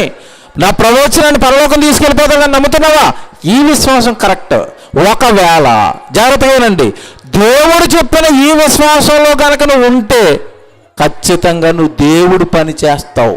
కొరింథీయులకు రాసిన 2వ పత్రిక 13వ అధ్యాయము 5వ వచనం. టైం అయిపోయింది, చాలా స్పీడ్గా చెప్తున్నాను. మీ క్యాపబిలిటీ, మీ అదృష్టం ఎప్పుడు వినని సంగతులు ఇప్పుడు మీరు లోపలికి వెళ్తున్నారు. మీరు అందినంత దేవుడు నాకు ఇచ్చినంత నేను అందిస్తాను. చాలా జాగ్రత్తగా ఈ సంగతులను అందుకోవడానికి ప్రయత్నించండి. దేవుడు చెప్పిన విశ్వాసం ఉన్నవాడు దేవుడు పనిచేస్తాడు. చూడండి అక్కడ ఏమనుందో. కొరింథీయులకు రాసిన 2వ పత్రిక 13వ అధ్యాయము 5వ వచనం. పత్రిక ఎవరికి రాశాడు? పత్రిక ఎవరికి రాస్తున్నాడు? కొరింథీయులకి. కొరింథీలో ఉన్న సంఘానికి. ఆల్రెడీ వాళ్ళు విశ్వాసులు కదండి, విశ్వాసులే కదండి సంఘం అవుతారు.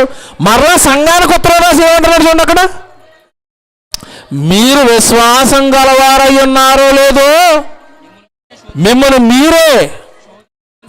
మీరే శోధించుకొని చూచుకొనండి. చూసారా? ఇదేంటండి ఇది? క్రైస్తవులకు ఉత్తరం రాసి మీరు విశ్వాసం గలవారై ఉన్నారో లేదో చూసుకోండి అంటే మనమేమనుకున్నా, నేను బాప్తిసం తీసుకున్నాను, నేను విశ్వాసం, నన్ను ఏమనకండి అన్నాడు ఒక ఆయన. ఇలా కాదయ్యా బ్రతకటం. ప్రభు దగ్గరికి రావాలి, రెగ్యులర్గా ప్రభు పనిలో ఉండాలి. అది క్రైస్తవ జీవితం. ఈ రక్షణ నిన్ను పరలోకానికి నడిపించదు. నువ్వు అమాయకపు నమ్మకంలో ఉండిపోయావు, బాప్తిసం తీసుకోండి వెళ్ళిపోతానని కాదు కాదు, నువ్వు నిజంగా ప్రభువుని నమ్మితే ప్రభు కార్యాలలో ఉండాలని బైబిల్ చెప్పింది అంటే, నేను విశ్వాసం అంతే, నన్ను ఏమనకండి అంటున్నాడు ఆయన. ఇంకేం చేస్తాం చెప్పండి? ఈ పత్రికలో మీరు విశ్వాసం గలవారై ఉన్నారో లేదో మిమ్మల్ని మీరే శోధించుకుని చూచుకోనండి. ఎలా ప్రభా, నేను విశ్వాసం కాదో నాకు ఎలా తెలుస్తుంది? టెస్ట్ ఏంటి, రిజల్ట్ ఏంటి? ఏమంటే జ్వరం వచ్చింది, హాస్పిటల్కి వెళ్ళి బ్లడ్ టెస్ట్ చేస్తాడు, రిజల్ట్ ఇస్తాడు కదా. టైఫాయిడ్ వచ్చిందా, డెంగ్యూ జ్వరం వచ్చిందా, మలేరియా జ్వరం వచ్చిందా, రిజల్ట్ని బట్టి కదా జ్వరం ఏదో చెప్పేది. ఇప్పుడు మిమ్మల్ని మీరు శోధించుకోండి అంటే, మరి నేను విశ్వాసం కాదో నాకు ఎలా తెలుస్తుంది? వెంటనే అక్కడే చెప్తారు చూడండి కింద, మిమ్మల్ని మీరు పరీక్షించుకోనండి, మీరు భ్రష్టులు కాని ఎడల యేసుక్రీస్తు మీలో ఉన్నాడు. మీరు భ్రష్టులు కాని ఎడల, భ్రష్టుడు అని ఎవరినంటారు చెప్పండి? ఏ పని చేయనుండి. ఇప్పుడు ప్రభులోకి వచ్చి కూడా నువ్వు ఏ పని చేయటం లేదు అంటే నువ్వు విశ్వాసం అని మాత్రం నువ్వు అనుకోవద్దు. ఎందుకంటే ఏమంటే క్రియలు లేని విశ్వాసము మృతము. బైబిల్ చెప్పింది, యాకోబు గారు రాసిన పత్రిక 2:14. క్రియలు లేవా? ఆ విశ్వాసం మృతం. అబ్రహాము దేవుని బట్టి విశ్వాసులకు తండ్రిగా దేవుని ఎదురు నిలబడ్డాడంటే కేవలం నమ్మికతో కాదు, క్రియలతో. కొడుకుని బలిస్తావా? ఎస్, బలిచ్చేస్తాను. క్రియ. నువ్వేమిచ్చావు దేవుడికి? నీ జీవితాన్ని ఇచ్చావా? మీ బిడ్డలు దేవుడి సేవకి ఇచ్చారా? మీకున్న ధనాన్ని ఏమైనా దేవుడి సేవకు ఖర్చు పెడుతున్నారా? మీరు ఏమిచ్చి మీ క్రియలతో దేవుని ఎదుట విశ్వాసులుగా మీరు నిలబడ్డారు? బైబిల్లోని ఏ భక్తున్నాయో చూడండి, వాళ్ళకున్నవన్నీ పణంగా పెట్టి దేవుని ఎదుట విశ్వాసుల జాబితాలోనికి వాళ్ళు వెళ్ళారు. మనలాగండి జీతంలో కాస్త తీసి దేవుడికి ఇవ్వటం కాదు, జీవితాలు ఇచ్చేశారు వాళ్ళు. జీవితాలు ఇచ్చారు వాళ్ళు. నా మట్టుకైతే బ్రతుకుట క్రీస్తే, చావైతే లాభం. నాకు పెళ్ళొద్దు, పిల్లలొద్దు, సంసారం వద్దు, సుఖాలొద్దు, నాస్తంత పెంట దేవుడికి ఇచ్చేస్తాను. నేను తిరుగుతాను దేవుడి కోసం, బ్రతుకుతాను దేవుడి కోసం. పౌలు గారు ఈతన విశ్వాసి. పాలు తేళ్లు ప్రవహించే దేశాన్ని ఇస్తే అబ్రహాముకి, ఆ దేశంలో గుడారాలు వేసుకుని బ్రతికి ఈ మట్టి నాకెందుకు, పరలోకం నాకు కావాలి అని ఏమిటి దేశాన్ని ఇస్తే గుడారాల్లో బ్రతికి పరలోకం కోసం ఎదురు చూసిన అబ్రహాము విశ్వాసి, భక్తుడు. మన జీవితాలు ఎక్కడండి? మన బ్రతుకులు ఎక్కడండి? మీరు బాగా ఆలోచించండి. కనుక దేవుని పిల్లలారా, విశ్వాసము అనగానే లేనిది ఉన్నదని నమ్మి పరలోకం ఇస్తాను అన్నాడు. ఆ పరలోకానికి నువ్వు రావాలి అంటే భూమి మీద నన్ను నమ్మి నా పని చేయాలని చెప్పాడు. ఎవరైతే దేవుడు జీతంగా పరలోకాన్ని ఇస్తానన్నాడో ఆ జీతం కోసం భూమి మీద ప్రభు సేవ, ప్రభు పని జరిగించే వాళ్ళు విశ్వాసులు. పలుగారు ఒక మాట అంటారు, నాకు టైం అయిపోతుంది. విశ్వసించి తిని గనుక మాటలాడి తిని అన్నాడు. విశ్వసించిన వాడు ఏం చేస్తాడంట? మాట్లాడతారు. మరి మీరు అందరూ ప్రభువును విశ్వసిస్తే మీరు ప్రభు గురించి ఎవరితో మాట్లాడుతున్నారు? ఎవరికి సువార్త చెప్తున్నారు? ఎవరికి వాక్యం చెప్తున్నారు? మీరు విశ్వసిస్తే మాట్లాడతారు కదా.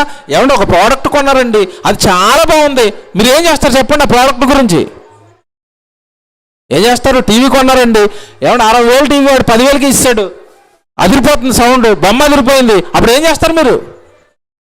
చాటింపు కదండి. క్వాలిటీ ఎంత? 60,000 టీవీ 10,000కి వచ్చింది, సూపర్ ఉంది, నువ్వు కూడా వేసుకో, నువ్వు కూడా వేసుకో. ఆడపిల్లల చీరల గురించి చేస్తారు చూడండి ప్రచారం. అంటే నీకు ఏదైనా నచ్చితే చెప్తున్నావు కదా. నువ్వు ప్రభుని విశ్వసించాను అంటున్నావు, ప్రభు గురించి ఎందుకు చెప్పవు? నువ్వు నిజంగా విశ్వసిస్తే, పౌలు గారు అన్నాడు, నేను విశ్వసించాను కనుక ఏం చేస్తున్నాను? మాట్లాడుతున్నాను. మీరు విశ్వసించారా? విశ్వాసులా? మీరు మాట్లాడండి. మీకు మాట్లాడడం రాదా? దైవజనులను పిలిచి మీ గ్రామాలలో, మీ పట్టణాలలో మాట్లాడించండి. వాడు విశ్వాసం అంటే బైబిల్ ప్రకారం. తెలుసా? బైబిల్ చెప్తున్నాను, నేను బైబిల్ చెప్తున్నాను. ప్రారంభ శతాబ్దపు సంఘం అపోస్తలుల కార్యాలు 8వ అధ్యాయంలో సంఘానికి హింస, చెదిరిపోయారు. ఎందుకు చెదిరిపోయారు తెలుసండి? వాళ్ళు సువార్త ప్రకటించినందుకు, ప్రభువుని ప్రకటిస్తున్నందుకు, ప్రభు గురించి మాట్లాడుతున్నందుకు చెదిరిపోయిన ప్రతి గ్రామంలోనూ తిరిగి మరలా ఎవరి గురించి చెప్తున్నాడు తెలుసా? ప్రభువే. విశ్వసించారు వాళ్ళు, మాట్లాడతారు. మనం పేరుకు ట్యాగ్ వేసుకున్నాం విశ్వాసులుగా. ఏవి క్రియలు? దేవుడి పనులేవి. ఏమిటి దేవుడి పని? విశ్వాసులు దేవుడి పని చేయాలా?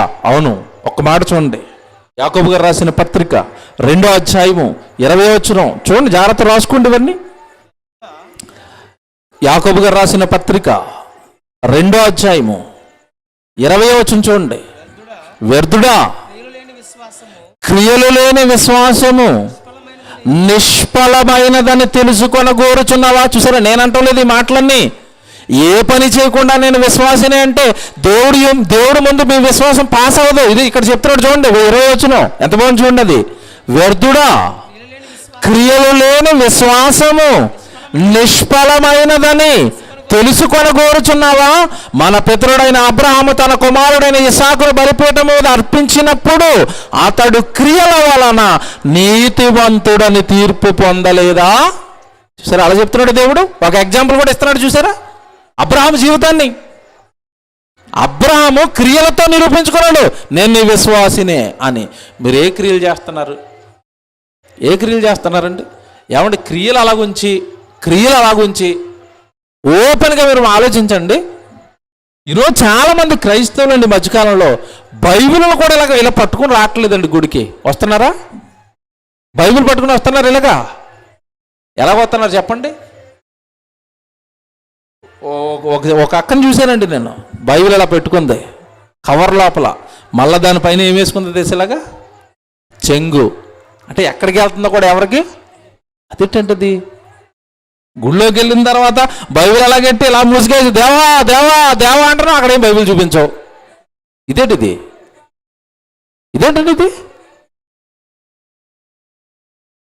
మనుషుల ఎదుట నన్నెవడు ఒప్పుకుంటాడో పరలోకంలో నా తండ్రి ఎదుట వాడిని నేను ఒప్పుకుంటాను. ఇది బైబిలు.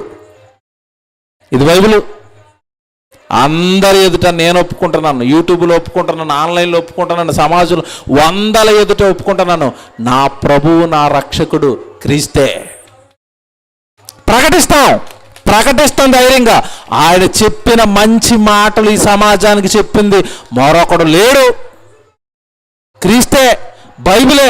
రొమ్ము విరుచుకొని రొమ్ము పైన పెట్టుకుని ఫోటోలు తీయించుకుంటున్నాం. బైబిలు అంత ధైర్యంగా ప్రకటించవలసినవి బైబిల్లో ఉన్న మాటలు తెలుసా? దేవుని పిల్లరా, మనుషుల ఎదుట క్రియలతో, దేవుని ఎదుట విశ్వాసులుగా నిలబడాలి. అది ఒకటి. జాగ్రత్తగా వినండి. దేవుని యొక్క స్వభావంలో పాలిభాగస్తులు కావడానికి మొదటిదేంటో తెలుసా? విశ్వాసం. యేసుక్రీస్తుల వారి జీవితాన్ని మీరు చూడండి. ఎక్కడండి తండ్రి గురించి చెప్పడానికి ఎక్కడ వెనకడుగు వేశాడు మీరు చెప్పండి? తండ్రి తండ్రి తండ్రి. విశ్వాసం. కనుక దేవుని పిల్లలుగా చివరికి చాలా మాటలు ఉంటాయండి.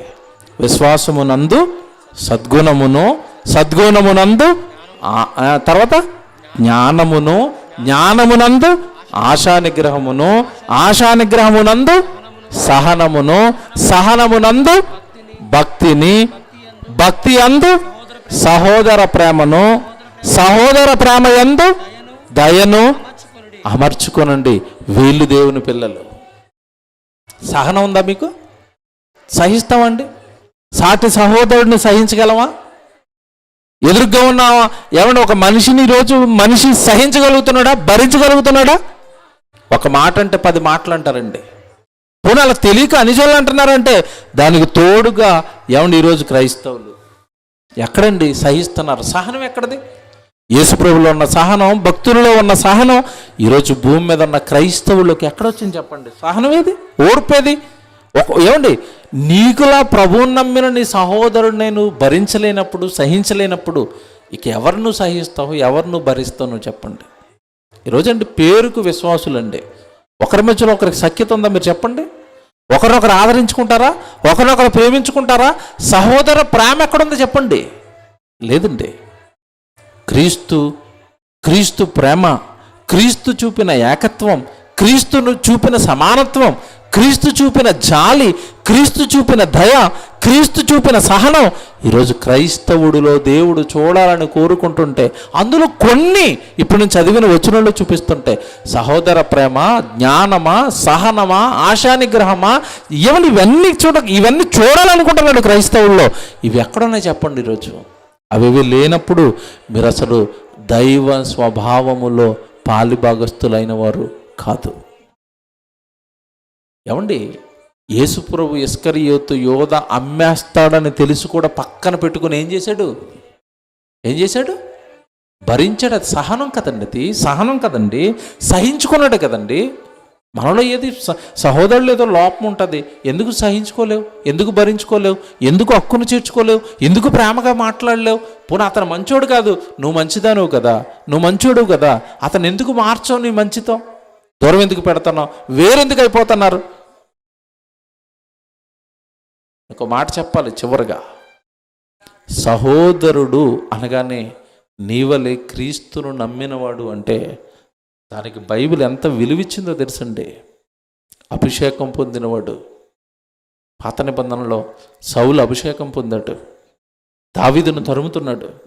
చంపే అవకాశం దావీదుకు వచ్చింది, సౌలును చంపాడా? ఎందుకు చంపలే చెప్పాలి. అక్కడ అడ్డొచ్చిందంటే చెప్పండి. దేవుడు అభిషేకించిన వాడిని నేనేం చేయకూడదు? చంపకూడదు. ఇప్పుడు మిమ్మల్ని అడుగుతున్నాను, మీ పక్కన కూర్చొని బాప్తిసం తీసుకునే ఈయన ఎవరో తెలుసా? అభిషేకింపబడిన వాడు ఈయన కూడా. ఈయన నేనేం అనకూడదు. చాలామంది తెలియదు ఇది. 1 యోహాను 2:20 చదువుకోండి, తర్వాత చెప్పలేం కదా, అన్ని టైం అయిపోతాయి. పరిశుద్ధాత్మ వలన మీరు అభిషేకము పొందినవారు. అలా అభిషేకింపబడిన వాళ్ళలో నువ్వు ఎవరి మీదైనా ద్వేషం పెట్టుకుంటే, ఎందుకంటేనండి ఈరోజు పరిస్థితి ఎలా ఉందంటే, పేరు క్రైస్తవులే, మీటింగ్ పెట్టుకున్నాం రండి అంటే మీరు మీటింగ్ పెడుతున్నారా అంటారు. ఇదొక విచిత్రమైన మాట. ఏంటిది? మీరు మీటింగ్ అంటే వాళ్ళ మీటింగు వీళ్ళ మీటింగ్, ఎవరు పెట్టినా ఎవరి గురించి చెప్తారు ఇక్కడ? ఎవరు మాకో బైబిల్ వాళ్ళకో బైబిల్ ఉందా, మీ బైబిల్ చెప్తున్నారా అంటారా? మళ్ళీ ఇద్దరు కలిపి ఒకటే. కానీ మీ మీటింగా మా మీటింగా అంటే మీరు వేరు మేము, ఇదేంటిది? తెలీదా బైబిలు? మీకు మాట్లాడుతాను, నా వైపు చూడండి, ముగించేస్తానికి, బాధ పెట్టడానికి మిమ్మల్ని. నరహత్య చేసిన వాడు పరలోకానికి వెళ్తాడా వెళ్ళడా చెప్పండి? వెళ్తాడా వెళ్ళడా? ఇప్పుడు మీకు అది అర్థం అవ్వలేదు. ఇందాక వీడియోలు చూశారు కదా, వీడు పరలోకానికి వెళ్తాడా నరకానికి వెళ్తాడా మీరు చెప్పండి? ఈ హత్యను బట్టి ప్రభులోకి రాడండి, అలాగే హత్యేసి అలాగే చచ్చిపోయాడండి, వీడు ఎక్కడికి వెళ్తాడు చెప్పాలి? ఎక్కడికి వెళ్తాడు గట్టిగా చెప్పండి? నరకానికి వెళ్తాడు. ఇప్పుడు చెప్తున్నాను, నా వైపు చూడండి. ఇప్పుడు వీడు నరకానికి వెళ్తారని మీరు దేన్ని బట్టి కన్ఫర్మ్ చేశారు? ఏం చేశాడు వాడు? ఏం చేశాడు గట్టిగా చెప్పాలి. ఏం చేశాడు గట్టిగా చెప్పండి. నరహత్య చేశాడా? Very good. మత్తయి సువార్త 5వ అధ్యాయం తీయండి. ఇప్పుడు అస్సలు నరహంతకులందరినీ బయటికి తీస్తాను. ఇప్పుడు వీళ్ళంతా మడ్రల్సే, వీళ్ళంతా నరహంతకులు దేవుళ్ళ లెక్కల్లో. ఈ నరహంతకులు ఎవరో చూడండి. మత్తయి సువార్త 5:21. నరహత్య చేయవద్దు, నరహత్య చేయవాడు విమర్శకు లోనగునని పూర్వీకులతో చెప్పబడిన మాట మీరు విన్నారు కదా. ఇప్పుడు నేను మీతో చెప్తున్నాను, యేసు ప్రభు లోకానికి చెప్తున్న కొత్త మడ్రస్ అండి, కొత్త నరహంతకులండి. ఇప్పుడు నేను మీతో చెప్పినది ఏమనగా, తన సహోదరుని మీద కోపపడు ప్రతివాడు విమర్శకు లోనగును. అయిపోయింది చూడండి. తన సహోదరుని మీద కోపపడ్డ ప్రతివాడు ఎక్కడికి వెళ్తాడంట? తీర్పులోకి వెళ్ళిపోతాడా? నరహత్య చేశాడా? కోపపడ్డా? ఎవరి మీద కోపపడ్డాడు? ఎందుకు కోపపడ్డారో? నేను రక్షించుకున్నాను అతన్ని, నేను నా దగ్గరికి తెచ్చుకున్నాను, నా రక్తంతో అతని పాపాలు కడుక్కున్నాను. నువ్వేంటి అతను దూరం పెడుతున్నావు? నువ్వేంటి అతను కోపపడుతున్నావు? చూసారా, ఈ చట్టం మనకు తెలియకుండా దెయ్యం దాచేసింది. లోకంలో 144 చెప్తారు, ఏమండి 143 చెప్పి సెక్షన్లు చెప్పమంటారండి. విచిత్రంగా లాయర్కి కూడా తెలియని సెక్షన్లు చెప్తారు మన వాళ్ళు. ఈ సెక్షన్ తెలియదు బైబిల్లో ఉన్న సెక్షను. ఏంటి? సహోదరుని మీద కోపపడువాడు నరహంతకుడు. ఏ నరహంతకుని యందు ఏముండదు? నిత్య జీవం ఉండదు. ఇదెందుకు తెలియలేదు మనకి? నువ్వు నేను అంటున్నావు ఏంటి? ప్రభువుని నమ్మిన వాళ్ళంతా ఒకటే, సహోదరులు. చూడండి చెప్తాడు ఇంకా కింద చూడండి, మీకు అర్థమైపోతే. ఏమంటే నేను నీతో చెప్పిందని సహోదరుని మీద కోపపడి ప్రతివాడు విమర్శకు లోనగును, తన సహోదరుని చూచి వ్యర్థుడా అని చెప్పేవాడు విమర్శకులోనగును, ద్రోహి అని చెప్పేవాడు నరకాగ్నికులోనగును. కావున నీవు బలిపీఠమునొద్ద అర్పణ అర్పించుచుండగా నీ సహోదరుడి మీద ఏమైనను విరోధం ఏమైనను కలదని అక్కడ నీకు జ్ఞాపకం వచ్చిన ఎడల అక్కడ బలిపీఠం ఎదుటనే నీ అర్పణను విడిచిపెట్టి మొదట వెళ్ళి నీ సహోదరుడితో సమాధానపడుము. అటు తర్వాత వచ్చి నీ అర్పణను. ఎలాగుంది? ఇద్దరి మధ్యలో గొడవ వస్తే నేను గుడికి వెళ్ళిపోతాను, ప్రార్థన చేసుకుంటాను, దశం భాగం ఇస్తాను, ఆ పక్కోడికి నాకు పడదాడు, అక్కడ కూర్చుంటే నేను ఇక్కడ కూర్చోను అంటున్నావు అనుకోండి, నీ అర్పణకు ఒక దానం, నీ దశం భాగానికి ఒక దానం. ముందు ఆడితే సమాధాన పడ అన్నాడు దేవుడు. మీకు అర్థమైందా? నేను సభలు పెడతాను, సెమినార్లు పెడతాను, ఆ పక్కోడు అంటే నాకు పడదంటున్నావు అనుకోండి, నీ సభకు దానం, మీరిద్దరు కలిసిపోండిరా.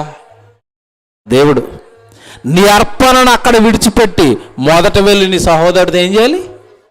సమాధానపడు. మీ ఇద్దరు సమాధానంగా ఉండాలి. మీకు అర్థం అవడానికి ఉదాహరణ చెప్తాను. ఓ తండ్రికి ఇద్దరు కొడుకులు ఉన్నారు, పెద్దోడు చిన్నోడు. ఇద్దరు మాట్లాడుకోవట్లేదు. తండ్రి దగ్గరికి ఒకేసారి వెళ్లకుండా ముందు ఒకడు వెనకాల వచ్చి ఒకడు వెళ్తున్నాడు. ముందు పెద్దోడు వచ్చాడు, మంచి బిర్యానీ, మటన్ బిర్యానీ పట్టుకొచ్చాడు. నాన్న దగ్గర పెట్టాడు. నాన్న నీకు ఇష్టం అని మంచి మటన్ బిర్యానీ తెచ్చాను, తిను అన్నాడు. పెద్దోడు మటన్ బిర్యానీ పెడుతుంటే ఎవరు జ్ఞాపకం వస్తారు తండ్రికి? చిన్నోడేడురా, ఆడొస్తే నేను రాను నీకు తెలీదా అంటాడు. తింటాడా, పక్కనడేస్తాడా? ఇప్పుడు అతనికి బిర్యానీ కావాలా, ఇద్దరు కలిసి ఉండడం కావాలా? తండ్రికి ఏది కావాలి మీరు చెప్పండి. ఈ బిర్యానీకి ఒక దండం రా, మీరిద్దరు కలిసి పప్పాను వేసినా నాకు చాలురా. అవునా? ఈ తండ్రి మనసు మీకు అర్థమైతే పరలోకంలో ఉన్న కన్న తండ్రిని నమ్మిన మీరు, ఒకే ప్రభువు నమ్మిన మీరు, ఒకే బైబిల్ని పట్టుకుంటున్న మీరు, ఒకటే దేవుడి పిల్లలుగా చెప్పుకుంటున్న మీరు సమాధాన పడకుండా నేనే వాడు వాడే అంటే దేవుడికి ఎక్కడ ఆనందం నువ్వు చేస్తున్న దానిని బట్టి. ఇక్కడ కొంతమంది ఎక్కడ ఎస్కేప్ అవుతారు తెలుసా? నాకు తెలిసి రూట్లన్నీ. ఇది కూడా చెప్తాను, ఎస్కేపిజం ఒకటి ఉంది ఇక్కడ. సహోదరునికి నీకు విరోధ భావం ఉంటే కలిసిపోమన్నాడు కానీ దేవుడు. ఇప్పుడు చాలామంది ఎక్కడ ఎలా దెయ్యం ఎలా తప్పిస్తే చెప్తాను. ఈ వాక్యం వింటున్నాను చెప్పి మీ మనసులో ఎవరి మీద గొడవ ఉన్నా మీకేం చెప్తుందంటే మీ హృదయం ఇప్పుడు నువ్వు మంచోడివే, ఆడే నీ దగ్గరికి రావట్లేదు కనుక ఈ వాక్యం నీకు కాదు పో అంటది. అంటుందా లేదు చెప్పండి? అంటుందా?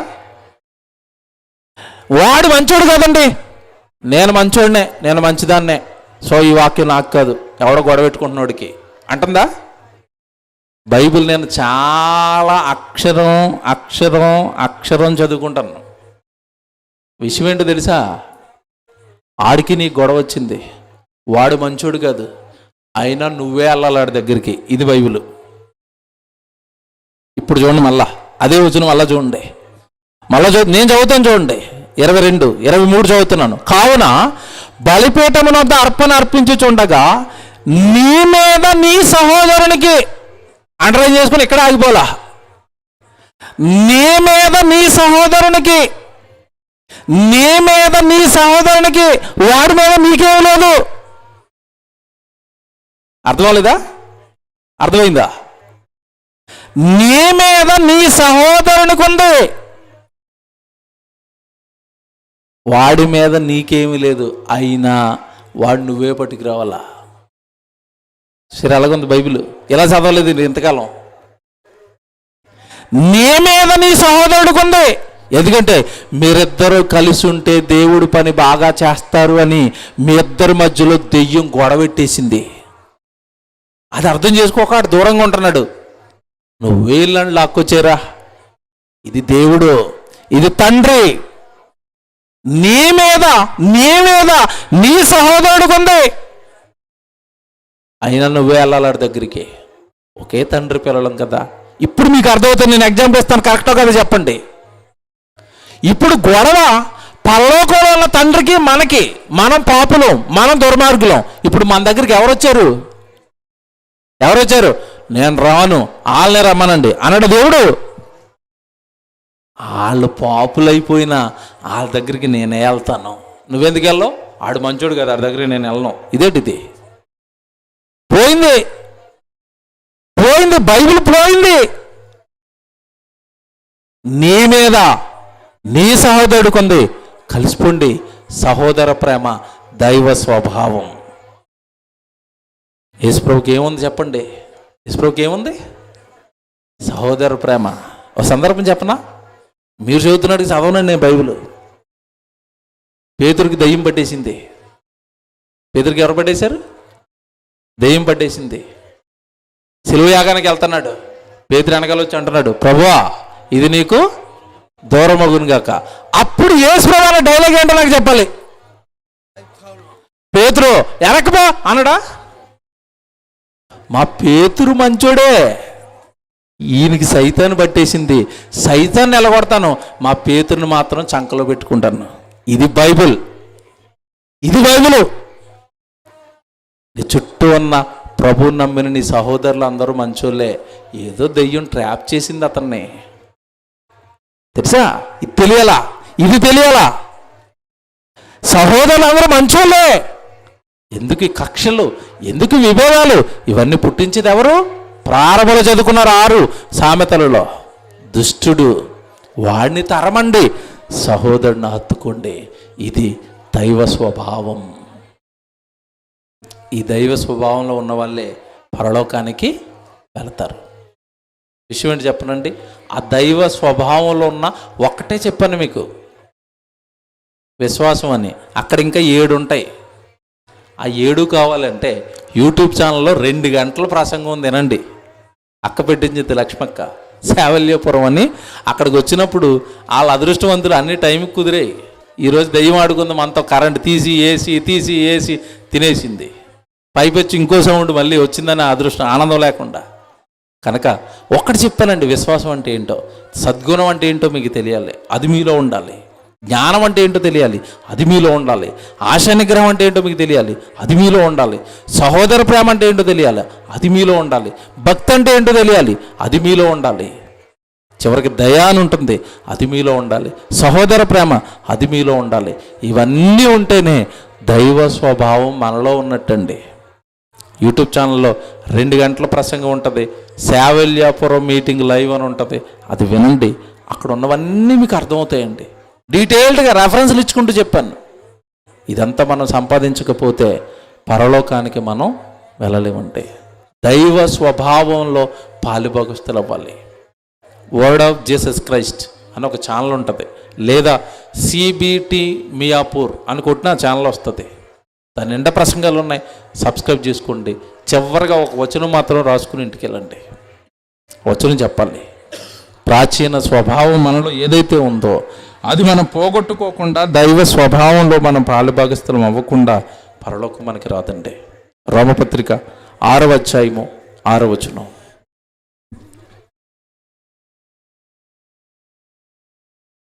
రోమపత్రిక 6వ అధ్యాయము 6వ వచనం చూడండి.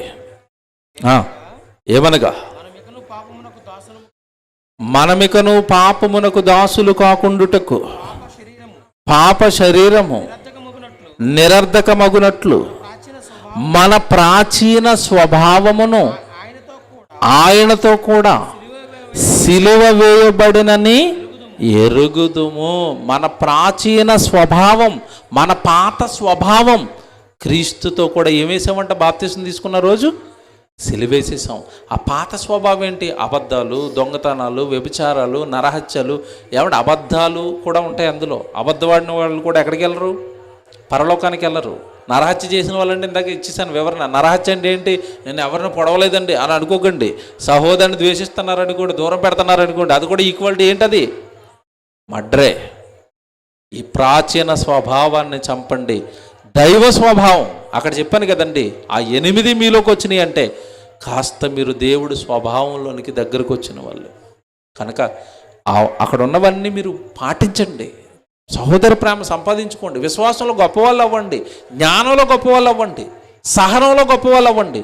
అప్పుడు మీలోనికి దేవుడి స్వభావం వచ్చినట్టు ఇవన్నీ కూడా యేసుక్రీస్తుల వారిలో మీకు కనబడతాయి.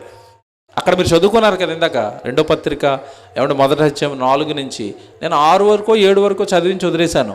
మీరు చివరి 10 వరకు చదువుకోండి. తర్వాత ఇవి ఎవరికి కలిగి విస్తరిస్తాయో వాళ్ళకే నిత్యజీవం అని ఉంటుంది అక్కడ. తర్వాత చదువుకోండి 10వ వచనం వరకు, ఆ కింద చదువుకుంటే ఇవి ఎవరికి కలిగి విస్తరిస్తాయో వాళ్ళకే నిత్యజీవం, వాళ్ళకే పరలోకం అంటాడు దేవుడు. కనుక దేవుని పిల్లలుగా దేవుడి స్వభావంలోనికి మనం వెళ్ళాలి అంటే ఆ స్వభావం గురించిన లక్షణాలు అక్కడ ఏవైతే చెప్పాడో అవన్నీ మనం సంపాదించుకోవాలి.